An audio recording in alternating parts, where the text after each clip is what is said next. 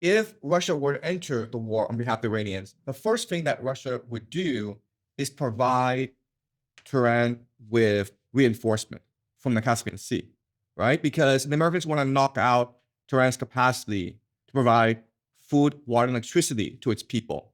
But through the Caspian Sea, the Russians can support the Iranians. But not only that, and this is much more important, if the Russians were to come in, they could also bring the Chinese into the war on behalf of the Iranians. And the Chinese could use the Belt and Road Initiative, basically the railway system, to reinforce Tehran from the east. So now you can no longer strangle Tehran because the Russians and the Chinese are reinforcing Tehran.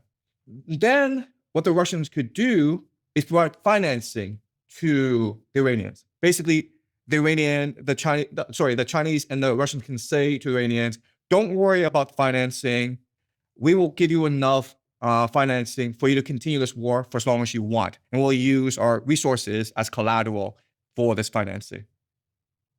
Right? And the third thing, and this is actually the most important, is that Russia could put Iran under its nuclear umbrella.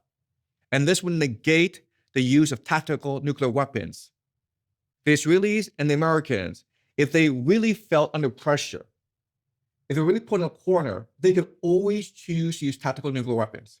If the Russians were involved, that negates that option, right? So if the Russians get involved in this war, they bring in the Chinese, they provide the resources and the financing to continue this war for as long as it takes.